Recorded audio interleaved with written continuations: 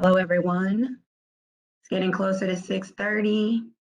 I was going to give everybody about 5 more minutes, so we're going to start at about 6:35 to give everybody a chance to kind of log on.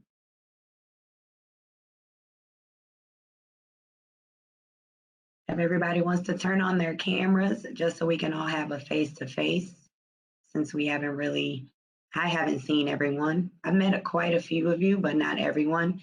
I'm Kyauna Campbell. I'm the new LevelUp coach. If I have not met you, then hello. Probably gotten an email or two from me.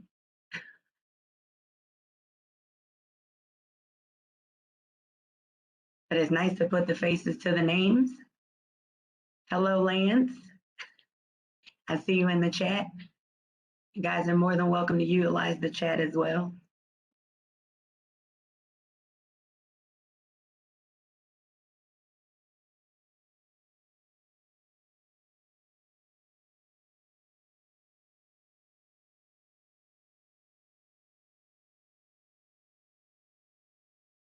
No worries, Sarah.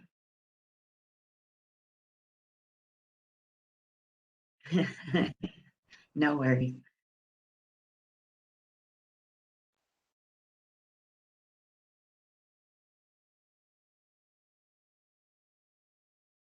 Tonight we have Maria Rasner. Oh, that's okay. I have a fake background. I'm not at the office, surprisingly. But Maria is doing Introduction to Identity Access Management tonight.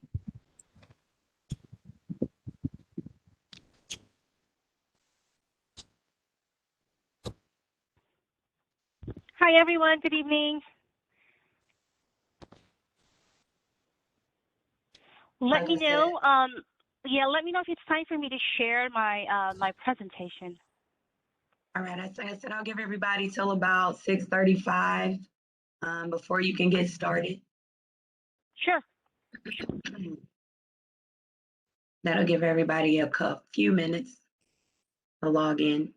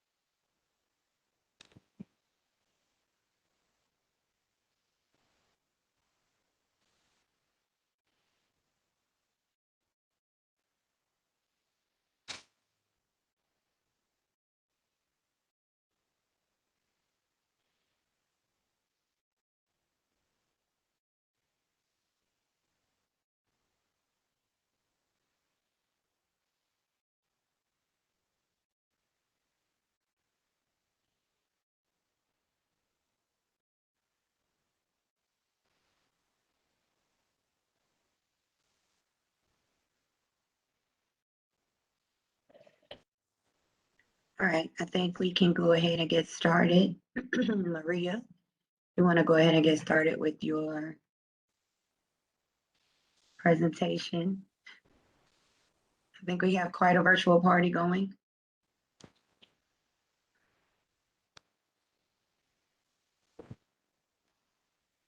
I think if you all have any questions, do you want them to put it in the chat or do you want them to just ask?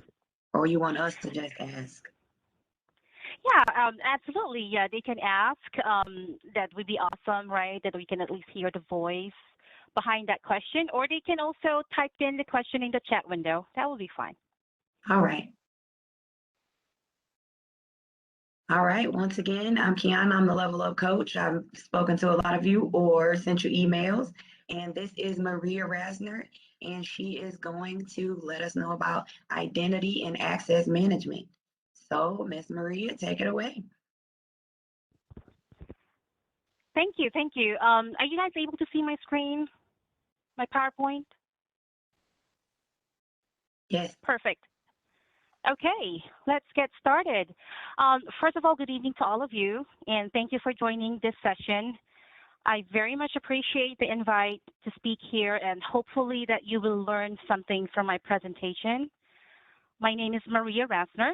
I hold several certifications in access management and recently passed the CISSP certification exam after my second attempt. That was so hard, that was difficult.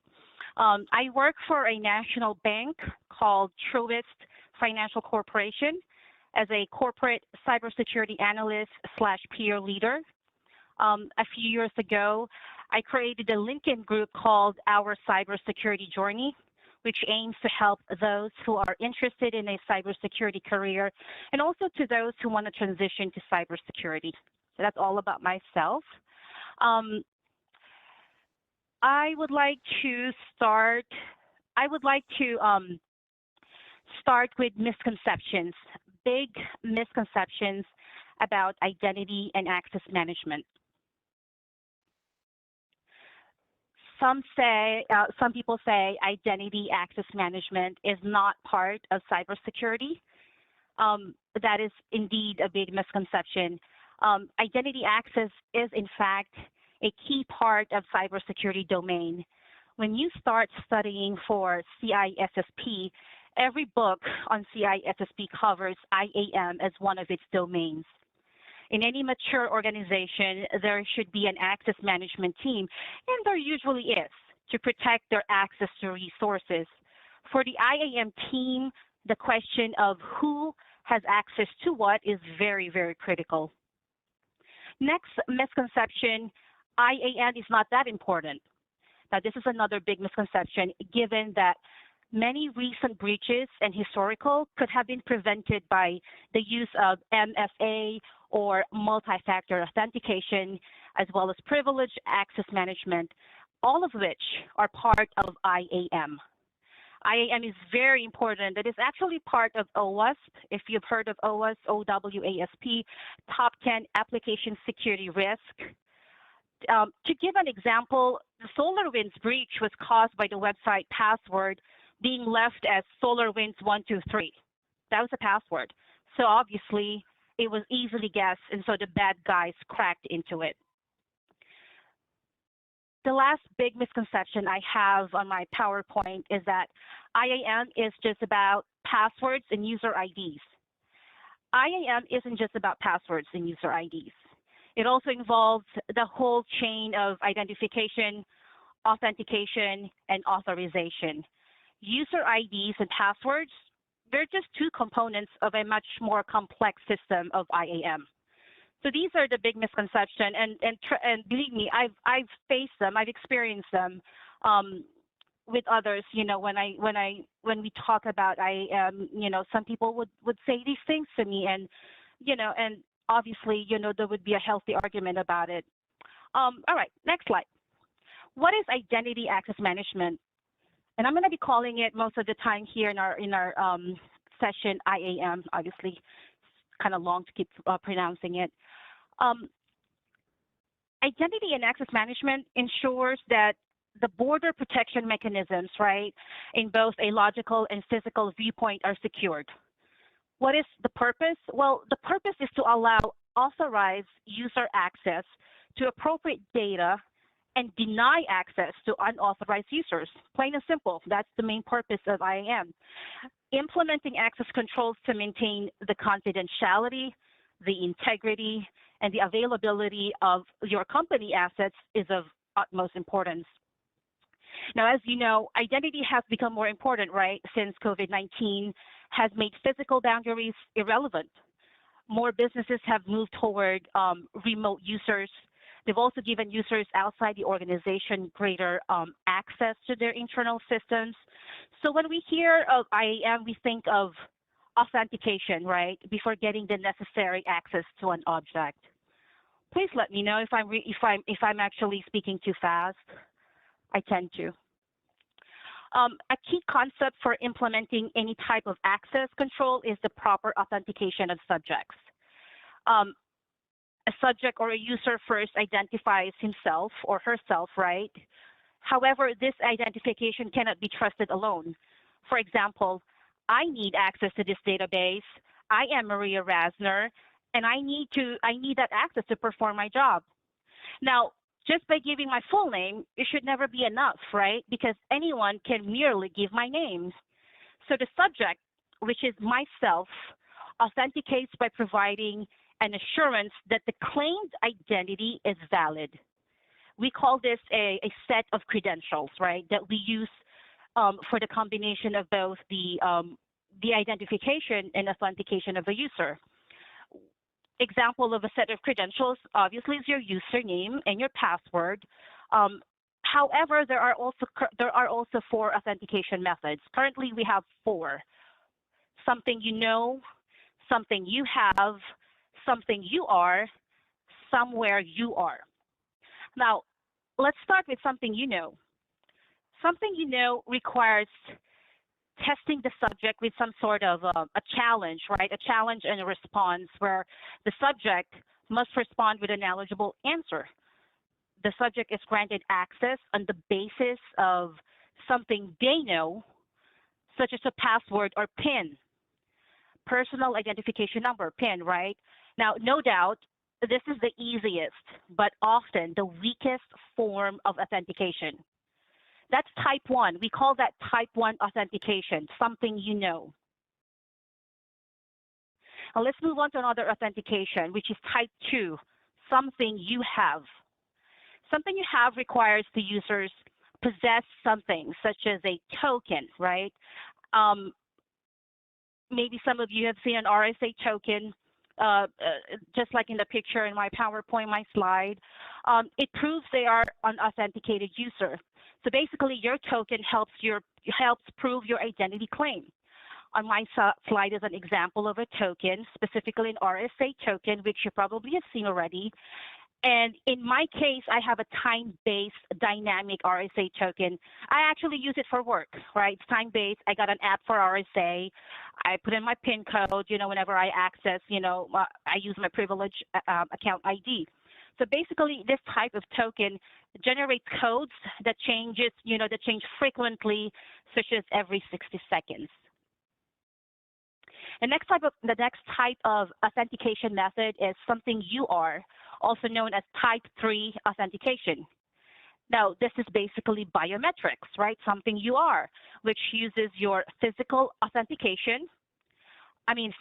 characteristics as a means of identification or authentication. Examples of biometrics authentication are facial recognition, palm scan, fingerprint scan, iris and retina scan. You got keyboard dynamics and also voice print. The last authentication method is the type 4 authentication, also known as somewhere you are. Someplace you are describes location-based access control using technology such as GPS, right? There's also the IP address geolocation, or the physical location for a point of sale purchase. Now, these controls can deny access if the subject or the user is in the incorrect location. For example, if a subject tries to log in to the company VPN from a country, let's say Iran, and Iran is one of the countries set by your access control policy to not be allowed to connect to the enterprise network, then you won't be able to connect.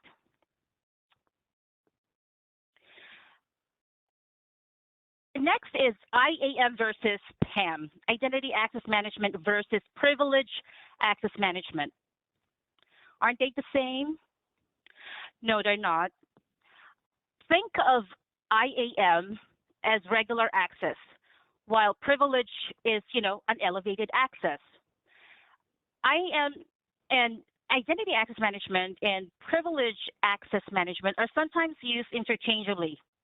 Now, while there is overlap between the two, each handles access for different sets of users and systems within an organization. However, both are important to the overall identity access strategy.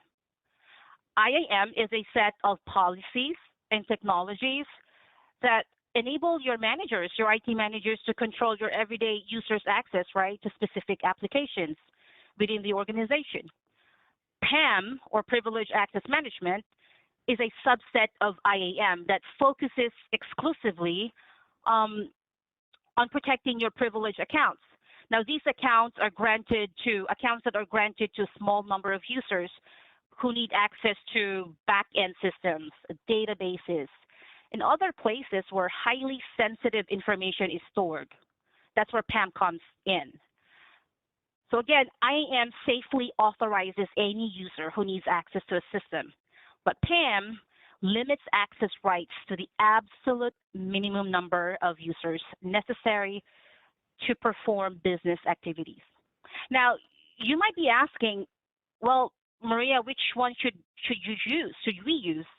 Well, to fully protect companies from internal and external breaches, companies must deploy both IAM and PAM solutions. When they use these tools together, organizations can eliminate any coverage gaps, vulnerable to hackers, with a complete security solution that regulates, your password use, monitors user access activity, and, facilitates government regulation compliance.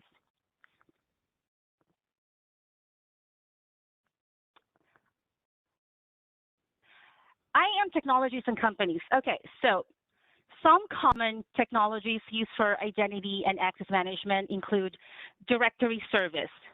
The most popular directory service used is the Microsoft's Active Directory, right, which is the most dominant directory service for handling logins and other admin functions. There's also the SSO, single sign-on, which allows users to authenticate once, and then you have access to multiple different systems. The primary disadvantage to single sign-on is that it may allow an attacker to gain access to multiple resources after compromising one authentication method, such as your password, right? So this is why single sign-on should always be used with multi-factor authentication for this very reason. That is a primary disadvantage of SSO. And you also have SAML, or Security Association Markup Language. SAML is used for exchanging security information, including authentication data. And then you probably hear of LDAP, right? Lightweight Directory Access Control Protocol is widely used for identity services like the Active Directory. We also have Kerberos. It provides mutual authentication of both the clients and servers. And then there's Radius, remote authentication dial-in user service. This is a technology that is considered a AAA system because it can authenticate, it can authorize, and does auditing as well.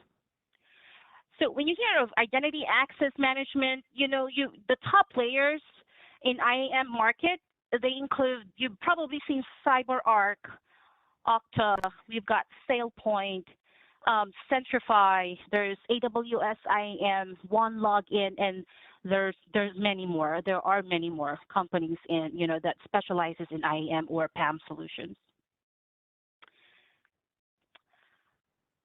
All right, so what threats do we have, or what are the threats against IAM? There's the password cracking. This is a technique where an attacker might run the hash algorithm forward many, many times, selecting various possible passwords, and then they compare it to a desired hash, hoping to find a match, right? If you've never heard of hash is it's a one-way encryption using an algorithm and no key. Password cracking includes the use of software tools. They're available for free. You can download them for free. They are open source, and they're used to perform attacks for password cracking, like dictionary attacks, brute force attacks, and rainbow tables. These are very common attacks. Dictionary attack, from the word dictionary, right, uses the word list. You have brute force, which takes more time but are more effective. And then there's the rainbow table. It acts as a database. It contains pre-computed hash output for most or all possible passwords.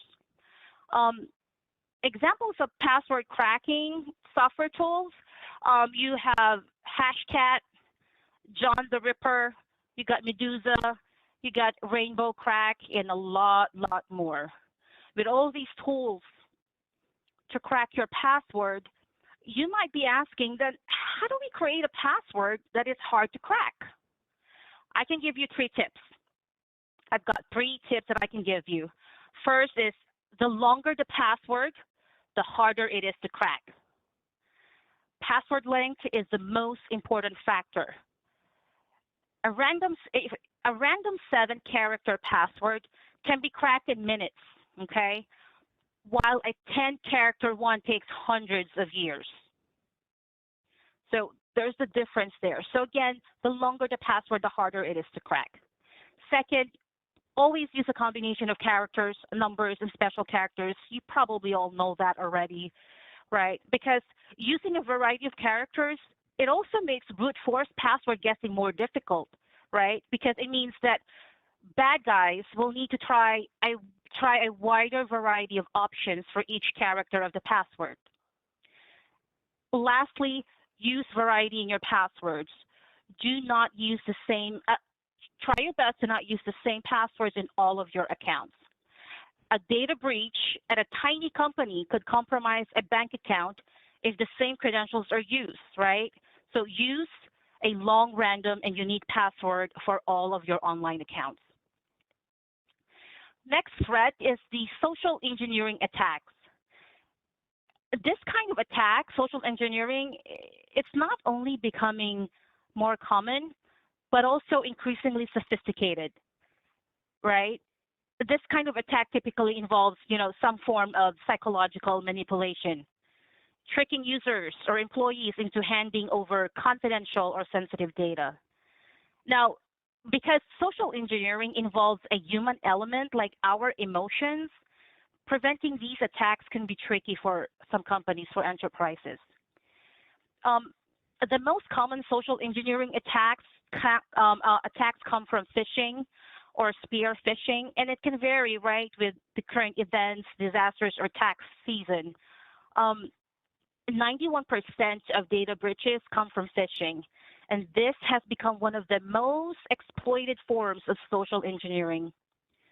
Some of the worst examples of phishing, right? You get an email with an effective subject line that says "court notice to appear." Scammers are sending phishing emails claiming to come from a real law firm that you're scheduled to appear in court, and then you should click a link to view a copy of your court notice. It could look legitimate, and it could sounds urgent. If you click on the link, you download and install malware. So think before you click, right? Another example is the IRS refund ransomware. Many of us waited till the last moment before the April 15 tax deadline, right? And now we're holding our collective breath in expectation of that possibly rewarding refund. The problem is, cybercriminals are very aware of this anticipation, and they use social engineering tactics to trick taxpayers.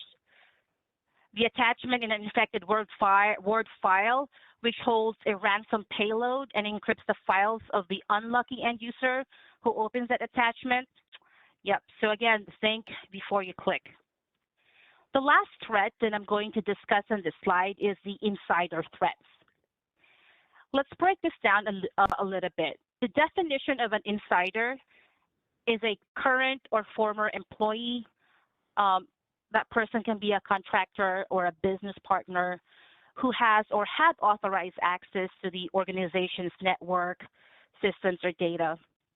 Insider threat is when an insider intentionally or unintentionally misuses access to negatively affect the data's confidentiality, integrity, and availability. What's the root cause of insider threats? It's us, right? It's people. To stop insider threats, both malicious and unintentional, you must continuously monitor all user activity and take action when incidents arise. So what can we do to protect identity access and management? MFA, multi-factor authentication. Use MFA. In today's complex compute environments, right, along with heightened security threats, a strong username and password, it doesn't cut it anymore. The most notable change has been the addition of multi-factor authentication into IAM products. At least one additional step is required, right? Not just your username and password. Could be a token, right? Combining MFA can be a combination of something you know, something you have, right? Multi-factor. It could even be three. Use the three. Something you know, something you are, and something you have. The more, the better. Next is we can protect IAM through through user activity compliance. It's basically compliance visibility. Who has access to what? It's important to understand who has access to applications and data, where they are accessing it, and what they are doing with it. Next is we integrate tools. If we integrate security tools, we can investigate suspicious user activity in minutes, not days, but in minutes. We can meet key compliance requirements. We can do this by integrating tools to uncover risky user activity, by identifying anomalous behavior. By these tools, by using these security tools, we can reduce risk with real-time user notifications and blocking. We can even combine it with some SIEMs, right? SIEM, SIEMs, threat detection, and other tools for greater insight. The next one is context-aware network access control. This is a policy-based method of granting access to network resources according to the current context of the user seeking access. For example, a user attempting to authenticate from an IP address that hasn't been whitelisted would be blocked. That's context-aware access control. Then we also have risk-based authentication. This risk-based authentication adjusts the authentication requirements based on the user's situation at the moment authentication is attempted. For example, when users attempt to authenticate from a geographic location or IP address not previously associated with them, those users may face additional authentication requirements. And then we have zero trust. Sure, I'm sure that you probably heard the word zero trust, right? It's becoming popular now. It's not really new. It is a concept that has been used already before in a traditional way. But IAM, Identity Access Management, is really the key to zero trust networking, where users and devices are not trusted by default, right?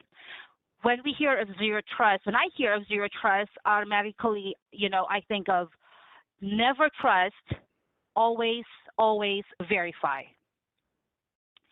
Zero trust cannot function without solid identity and access management. It has become a new kind of perimeter security because no matter where an asset exists, accessing it requires an identity with the correct permissions. Locking that down with solid IAM tools, we can keep assets safe. Okay, I hit the summary slide now, right? We talk about misconceptions about IAM. We defined IAM and its purpose.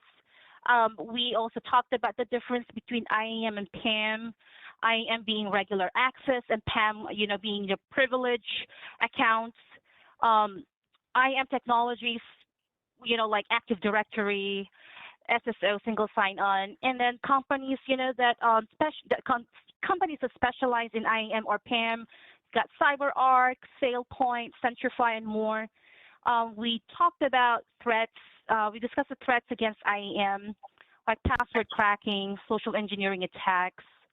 And then last slide, we talked about ways that we can protect IAM, right? With integrating security tools, context-aware network access control, zero trust, the use of multi-factor authentication. If you're interested in getting a career in IAM, there are IAM meetups. So far, I only know one group, the Identity and Access Management User Group. It's a private group, so you'll have to request to join. If you're interested in identity access or you want to learn more about IAM, there are groups and organizations that offer meetups, provide certifications, webinars, and even publications in journals. So I join. They're doing virtual now, obviously, with the pandemic. But yeah, I'm a member of the Identity Access Management User Group here in Raleigh. I know they're in different locations as well, but there's a one in Raleigh chapter that I go to. If you're interested in identity access and you want to be certified, there's the IMI, Identity Management Institute. They offer certification exams such as CAMS. I'm actually certified access management specialist. They're not very expensive. They also have, if you want to be certified in data protection, they also have that certification through Identity Management Institute, and they have many more certifications. But really, IMI is focused on IAM certifications if you are interested. There's also the IAM Journal of Publications. The Coppinger Cole Analyst, that is a European company. They offer neutral advice and expertise that's more relevant, to identity and access management and governance.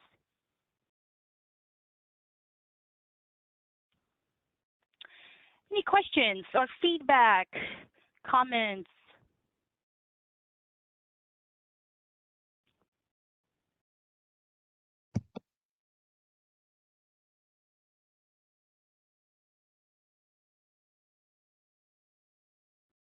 I have a question. Hi, Peter. Hi.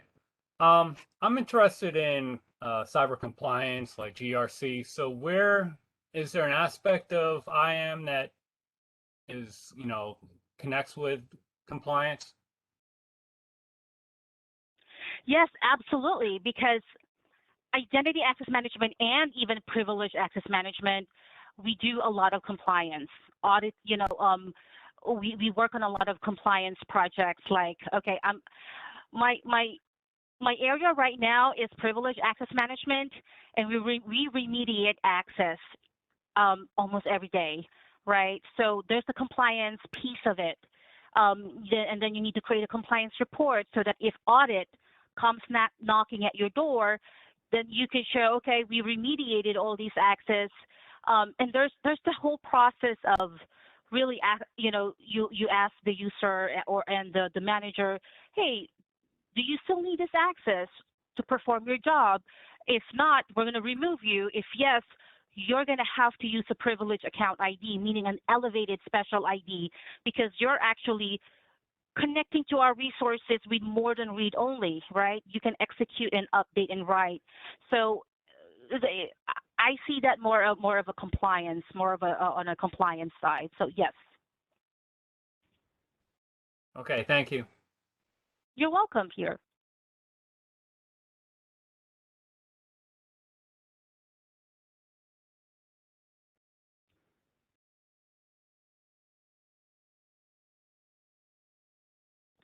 Hey, Peter, also, we can take this offline. I can, my husband is an SVP, and we work at the same bank, and he's in governance actually and compliance. In fact, he leads the organization called Third Party Risk. So they work a lot with vendors, right, for compliance and all that stuff, and contracts, agreements with vendors, third parties. So, yeah, add me on LinkedIn, and I'll give you some resources. And my LinkedIn group, our cybersecurity journey. His name is Greg. He's also one of the subject matter experts when it comes to compliance and governance. So, if you send me your information, I can share that with him, and he can give you some ideas. Yeah, some advice. Excellent. Thank you. Sure.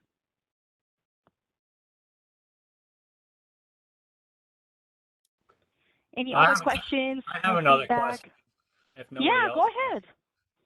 Did somebody else speak up? Maybe somebody else spoke up. Yeah, I did have a question, but you can go ahead and go first since we're on the subject. Okay, thank you. What do you think of the new, like there's apps for authenticating, like a third party thing, Authy, and there's other apps too. What's your take on them?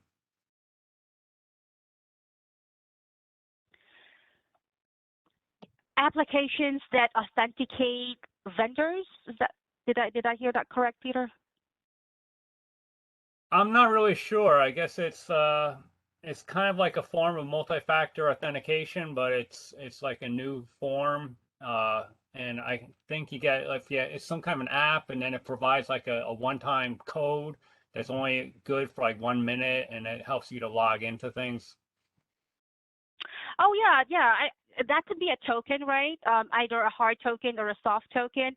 I have a soft token, an RSA token, as if you saw that in my slide. That is one way to authenticate people. Like you type in your username and then your password, and then another prompt, another box will prompt you to put in a generated token code from your RSA, from your app.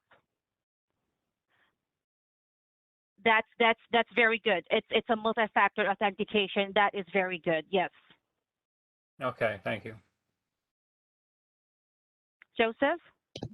Yes, the question I had was more so about, I'm asking from the stance of software development as far as application security goes.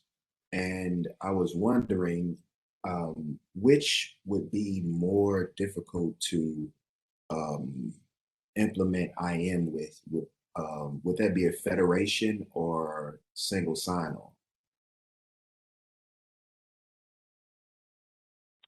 That is a great question.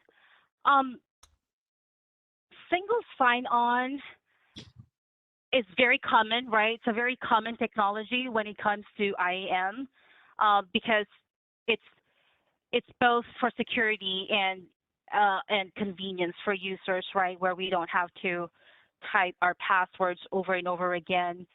So federated, they're kind of used interchangeably, right? Federated because you trust. When we say federated identity management, right? These groups of frameworks or technologies trust each other, right? So it's single sign-on is kind of a part of federated identity management. Does that make sense? It does, but I was under the assumption that single sign-on was more so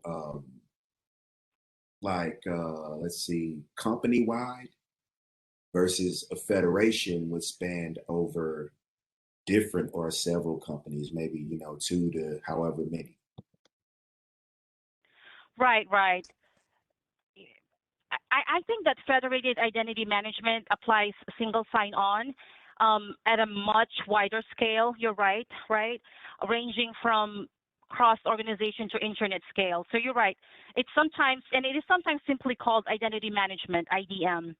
It basically, the federated identity management just refers to the policies, right? The processes and technologies that Mhm. that establish user identities, enforce the rules about access to digital resources. So you're absolutely right. It's more of at a wider scale, the federated identity management.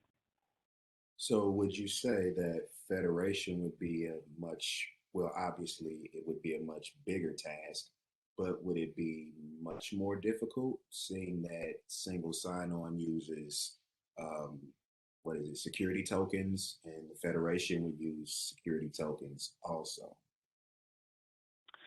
Right. The federation is just more of the policies Okay. that they use for the technology. It's more of a framework, right? Um, it's based on agreed upon standards. That's to me, that's how I view that federated identity management. It facilitates authentication from other members of the federation, while single sign-on, um, it's more of a more of a technical side of it. That's still being that's still being used by federated identity management to have that allows that multiple systems to use a central authentication server. Okay. And just so I'm no longer fuzzy on it, because you've really cleared everything up, SSO has to do more so with, I don't know any way to word it because I'm new, so I'm just going to say it. SSO has more to do with maybe a specific network, the inner workings of a specific network, versus a federation has multiple networks. Is that kind of where? Yes, I would agree. Okay, all right. I'm Crystal. Thank you, Joseph. I like this kind of conversation because we are all learning, right? I've been doing IEM and PAM for a while, but you know what? Every day is still a learning process for me.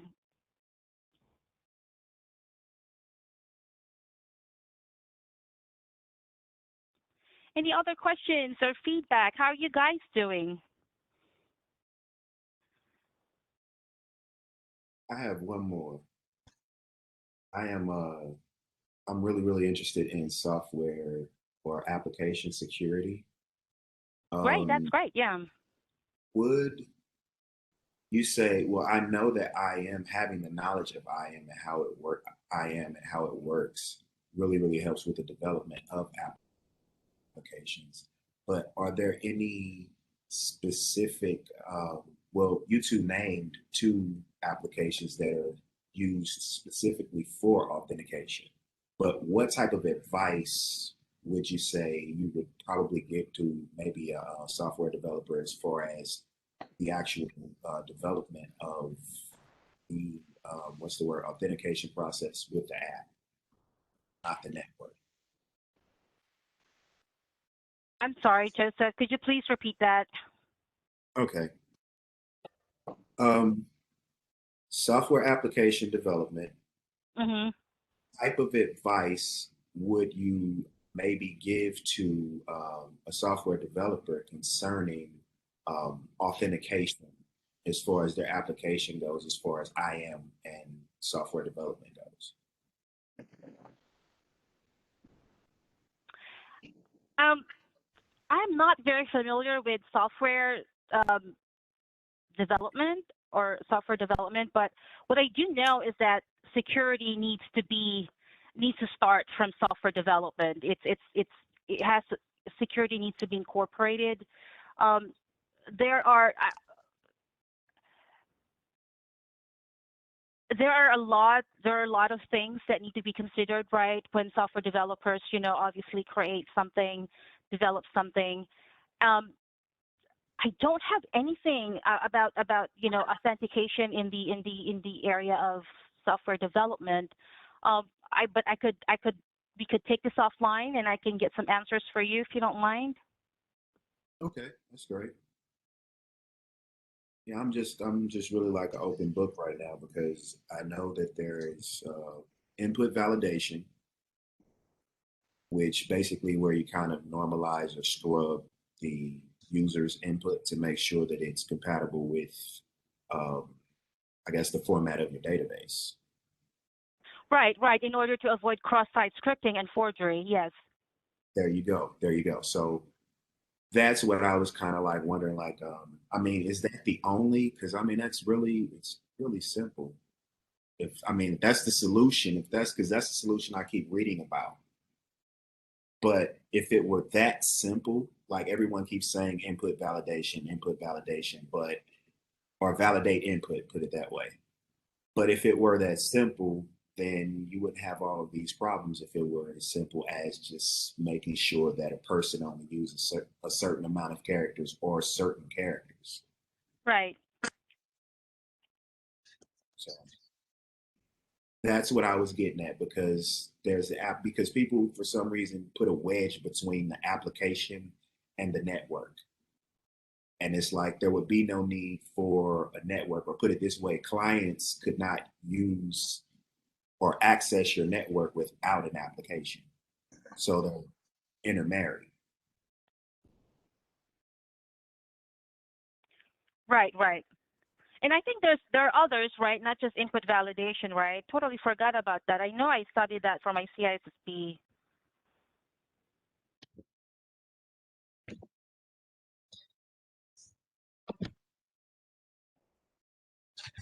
But obviously, yes, code review is also a major part of it.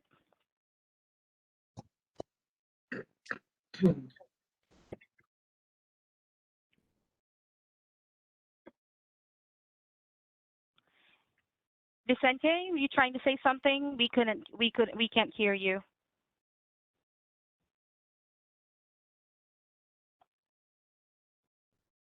I was going to say there are a couple of questions in the chat. Oh, okay. Hang on One is from Matthew. Are there any specific entry-level roles to get into IAM, or would one typically start in a help desk role? And then from Evergrace, I come from an operations and somewhat help desk standpoint and have dealt with it with AD, and it seems interesting and would like more information. Okay, so yep, I see it now. Thank you so much. Matthew, are there any specific entry-level roles to get into IAM, or would one typically start a help desk role? I hear this a lot, that they should start in a help desk role. I don't think so. I didn't start in help desk role before I got into cybersecurity or what I'm doing right now. It will definitely help. Yes, absolutely. It will definitely help if you want to start like kind of like your stepping stone, a help desk position. Yes, because you will be exposed to working on tickets, right? It could be, ServiceNow tickets, right? Resolving them, escalating them to the right team, to the right group.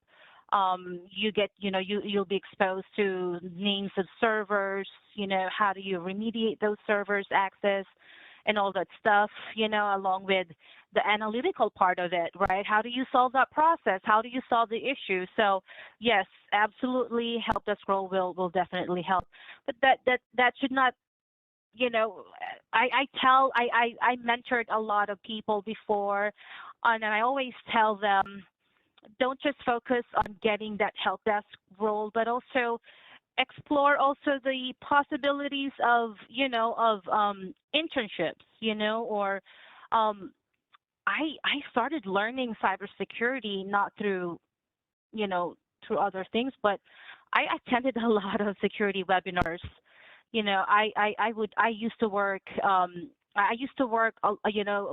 for biotech companies, HR sysadmin. I was exposed to giving access, right, to to new users, with offboarding and onboarding. So a little bit, I got exposed to access stuff, but during my lunchtime, my break time, I would use my break time to watch Bright Talk. I go to brighttalk.com and just watch 1 hour or 30 minutes of a security webinar. I also am a member of Information Security Systems Association. So look for those organizations where you can join even in person, either in person or virtual, because you're going to learn a lot. That's how I started my cybersecurity career, by learning first, learning a lot. I even attended, 2 CTF events, Capture the Flags. I was nervous because I'm not very, not very technical, but I love to learn. And I learned with my group, we won like out of 30 teams, we were like the top 10 for the CTF event. So yes, so that's my advice. LinkedIn has a lot of support groups as well. Just I just don't get frustrated, because you're gonna get frustrated, and it's a big topic right now among my LinkedIn friends, right, who are subject matter experts, where we talked about help desk position, but you must have the job qualification. You must have CISSP, must have over 5 years of experience, and then you'll see here and you'll see their entry level. It doesn't make sense. We were all laughing about it. It's just it's stupid. It's not right, right? You're asking for all these requirements, but then it's an entry level role. So the expectations is just too much now these days. So I don't, I tell my mentees, don't get frustrated. You will fail, but don't lose hope. Don't give up. While you're waiting for that perfect role or that stepping stone role, consider internships. Consider reaching out to someone, an SME from LinkedIn, connections. It's all about connections. I hope that answers your question, Matthew. And again, if you're not satisfied and if you still want more information, please reach out to me via LinkedIn. We can discuss offline. And that's what my group, right? Our cybersecurity journey. That's the purpose of my group, is to help those who are interested in cybersecurity and those who want to transition. Evergrace, I come from an operators and somewhat help desk standpoint and have dealt with Active Directory, and it seems interesting and would like more information. Hi, yes, Evergrace. So great. Yes, I'm glad you're interested. And I'm not trying, I'm probably biased because I'm in identity access, but yes, in some ways it's fun, right? Because when you see Active Directory, the first time I worked with Active Directory, I was kind of like, I felt excited, because I get to see these people and then the access that they have, So I was like, okay, I didn't know, you get exposed to sensitive information, right? To data, yeah. You get to know, your teammates' access to what resources, So it's fun, because you get to give access. And you get to disable access, if they leave the company. So you kind of feel you feel that you kind of have that power when you work with, Active Directory.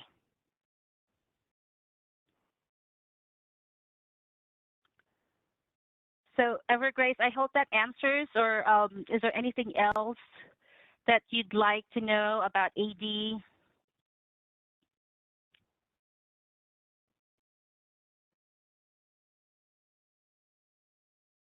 It's truly frustrating. Yes, Andrew. Yes, very, very frustrating.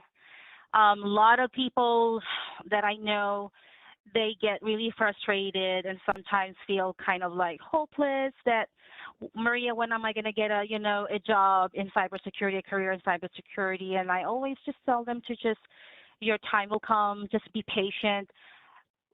While you're waiting for that, just keep learning. Go to brighttalk.com. Sign up for membership, so you get to know other people in that field, in that area. And like the ISA organization here in Raleigh, NC, we used to meet a lot in RTP area. They would provide food, drinks, they're free, as long as you're members of, obviously you show your ID at the door, but they always have great speakers, like really good ones. And I kid you not, I learned a lot. I will always bring my pen and my notebook. Then after that is networking time, socializing. You meet people. There are also recruiters that attend those meetups, those sessions. There are recruiters. So it's a great idea, in my opinion. Yep, network, very good. Yes.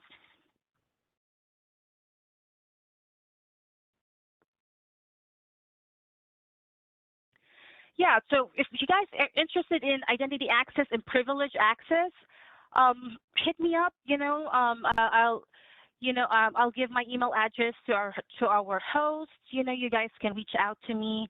I can give you advice and recommendation if you're really into IAM or PAM.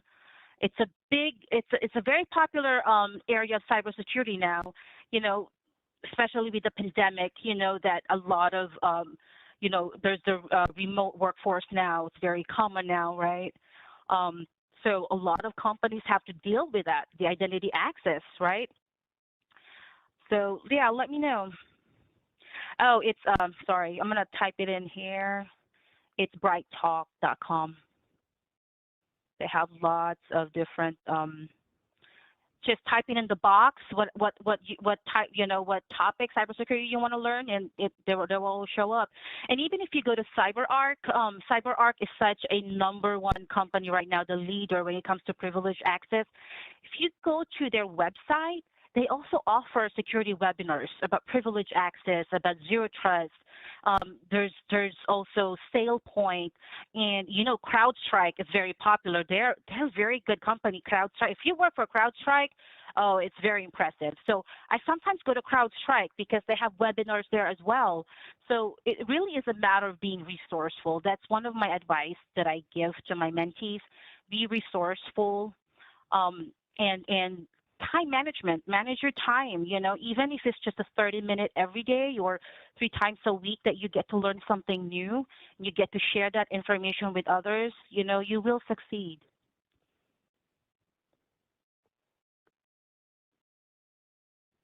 Any other questions, feedback, Yes, comments? Miss Rasner. This is Joseph again. Hey, Joseph.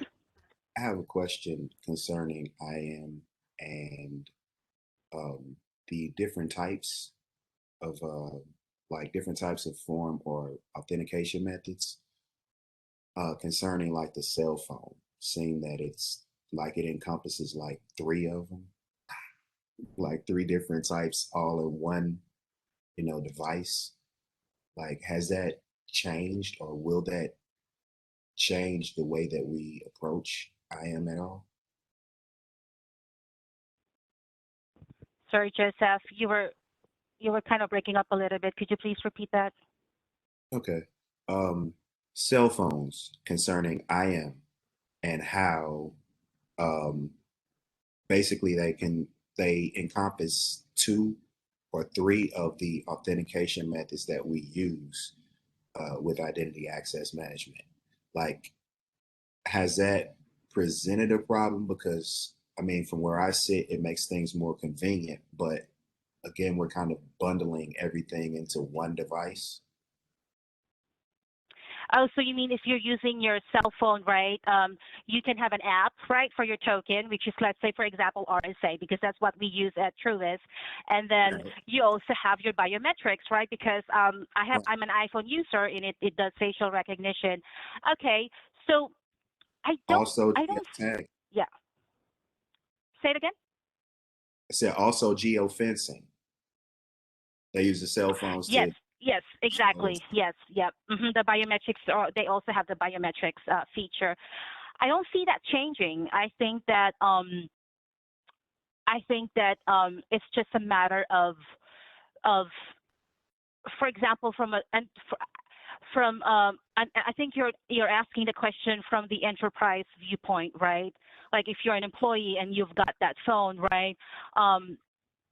It's it really depends. If it's your personal mobile, right?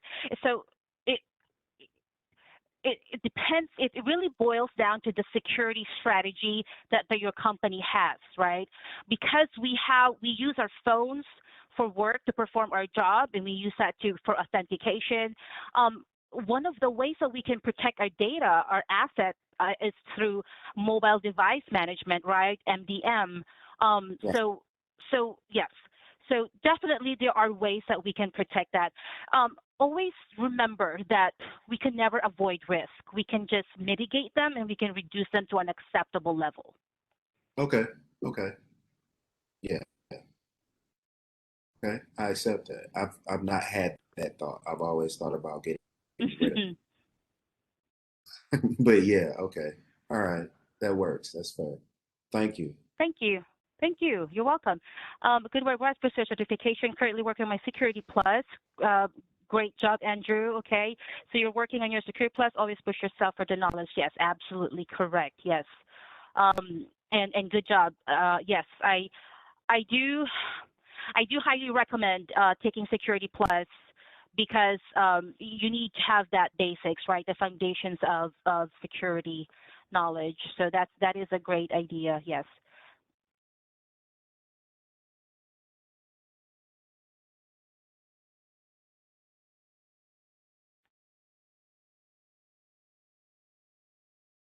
Oh, great, Peter. Peter just shared a link to help you study and memorize the concepts. Yes, I use Quizlet too when I studied for my CISSP. Any other questions or comments?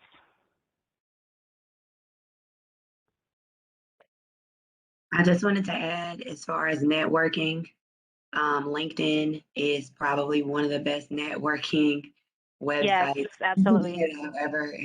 That's why we keep encouraging you all to update your LinkedIn profile. We are constantly telling you all to update your LinkedIn profile because it is probably one of the best networking websites on the planet. So we, even though it's getting tiresome, and we keep saying it over and over, because it is one of the best networking profiles on the planet. So hopefully Maria can back me on this because it is It is. one Yes, of I the totally best agree. Yes, it is. It is. It networking. is. Yeah. Right now, my group has what almost 800 members, and so it is. It is a really, really great application. I always check my LinkedIn every day. I don't know Every why, day, but every yeah, day. every day because I get to learn a lot. I mean, people posting about news, current cybersecurity news, and on top of that, every day I get emails also from recruiters, right, through via LinkedIn, like, hey Maria, your profile looks very good. Are you interested? Are you looking for this? And I would politely say, I'm in a good place right now, but thank you for reaching out. Mhm. You can use it to look for jobs. Like she said, you Yes. can get job alerts for whatever field you want to go into. It's just very impactful. I would definitely suggest, if you have not, before we even get to the professional development part of the program, go ahead and update your LinkedIn profile. It will definitely help you, specifically for job searches or just to network, to get to know other people. It definitely helps. That's my 2 cents. I'm sticking to it. No, I totally agree. You're absolutely right.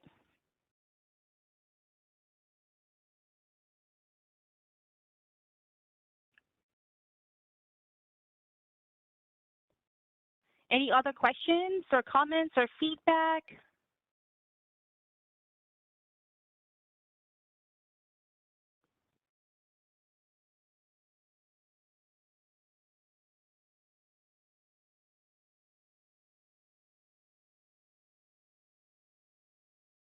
Oh, thank you, Peter. I appreciate that. Thank you very much.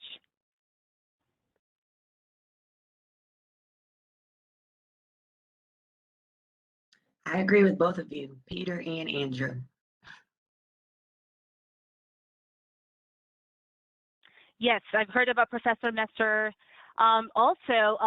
What helped me also pass my CISP is also I attended boot camps of Adam Gordon. Not sure if you guys heard of him, but he's from IT Pro TV, Adam Gordon. So yeah, you can also look him up on LinkedIn. Yep, he does boot camps for free. They're free. Um, if you want to study for CISP, it's very good.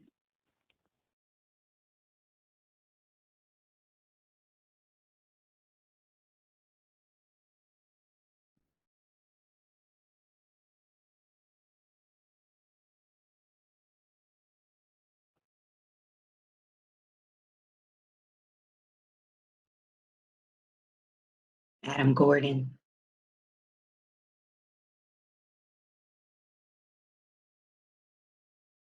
For Yep, those he of wrote us, books. He wrote books for he wrote the book he wrote a book for CISSP with the help of ISC squared. So he's pretty popular. Yeah. for those of us in the St. Louis area, I'm sorry for those of you who are not in the St. Louis area, if you have a St. Louis County library card, they have a great virtual program that offers all of our programs like Net Plus, 8 Plus Assessment, all of those types of things online as well. If you have one of their library cards, it doesn't cost anything, but they definitely have some more material that they offer through the St. Louis Library. So I said I apologize for those of you who are not in St. Louis, but for those of you who are, St. Louis County Library, whether you're a city resident or a county resident, the St. Louis County Library has a lot of tech material. But even if you're a Missouri resident, I believe, as long as you have a St. Louis County Library card, I would suggest checking them out. You see what I did there? Library, check them out. But no, get a library card.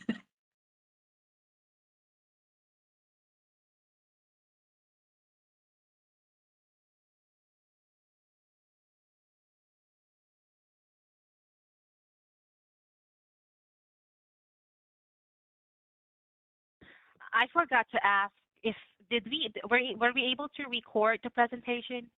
I was able to record it. Absolutely. Yay, perfect. If you could please share that with me, that would be awesome. Thank you so much. I sure can. I did record. And what kind of information do you say they offer at the St. Louis County Library? They offer info.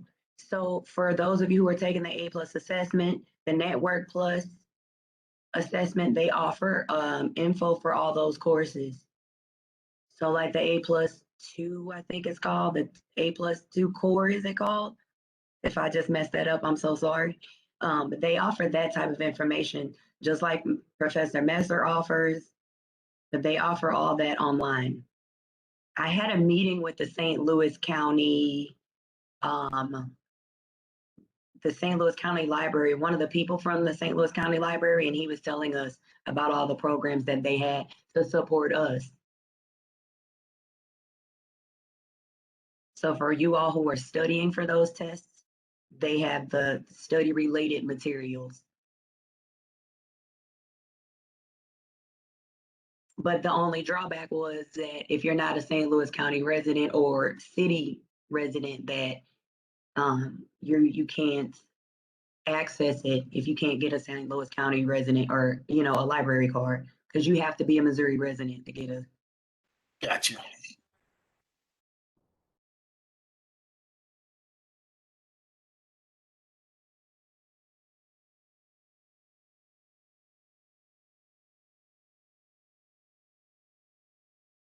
And also, Peter, just to piggyback on that, we also have our quizzes too that are close to probably close to your Quizlets also. Our MeasureUp quizzes also.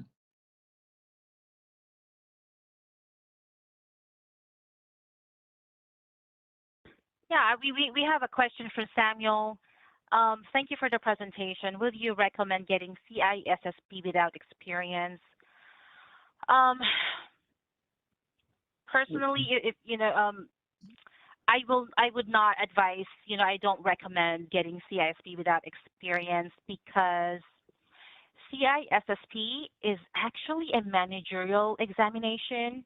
It's very tough. It's very difficult. Now, I'm sure you can do this. We can all do it, but it requires a lot of experience because, again, like I said, it's managerial. The type of questions that they're going to give you are very strategic, more strategic and less tactical. Like, again, it's not a very technical exam. It's a very managerial exam.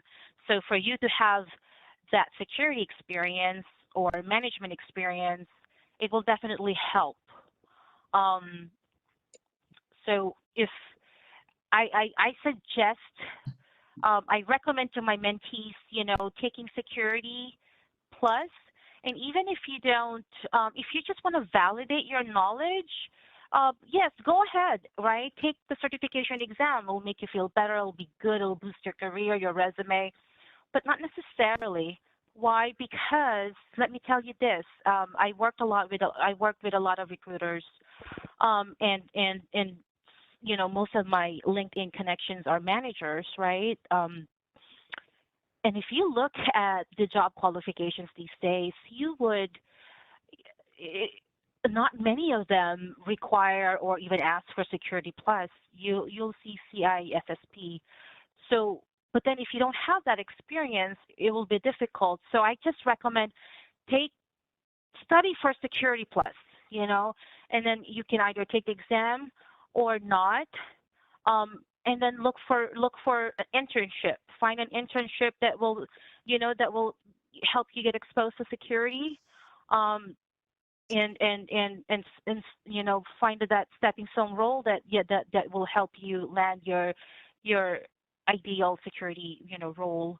But yes, I think, you can try. I'm not going to stop you. You could probably try, but like I said, CISSP is more of a manager's exam, not really technical. I kind of liken that to reading about driving a car, taking the written test for driving a car, but not really taking the driver's test for driving a car. Right. So Mm-hmm. you could say, yeah, I read about driving a car, but then Exactly. You just, actually getting yeah. behind the wheel to drive a car after taking the written test to drive a car, but you really can't drive the car. Would you really want to get Exactly. behind Yeah. the wheel after taking just the written? I would be afraid to. Right. Because you need the basics, right? You need the basics about cybersecurity, and then along the way you will actually, because when I started, when I was starting, I didn't know that I'll be an IAM or privileged access management field of cybersecurity in that area. I didn't know. Along the way, you will learn as you study for cybersecurity, as you read a lot of books, you get exposed to webinars, to in-person meetings and capture the flag events, very technical events. You along the way you will understand, like, I really like software development. Oh my God, I'm really into application security. I really like governance or compliance. So cybersecurity is such, it's such a big field, right? And then there's so many, and then there are many areas, in cybersecurity. You can be a firewall security guy. You can be, a compliance person. So take your time to learn. Be patient. Yeah.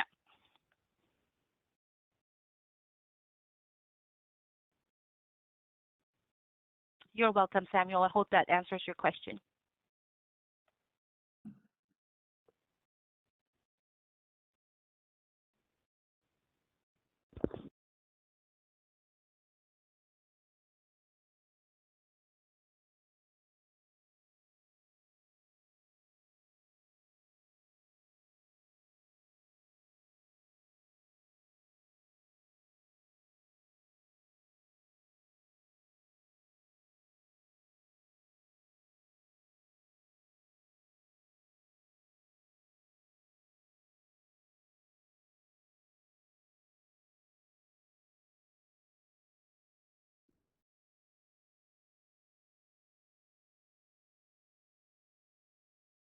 Any more questions, comments, concerns?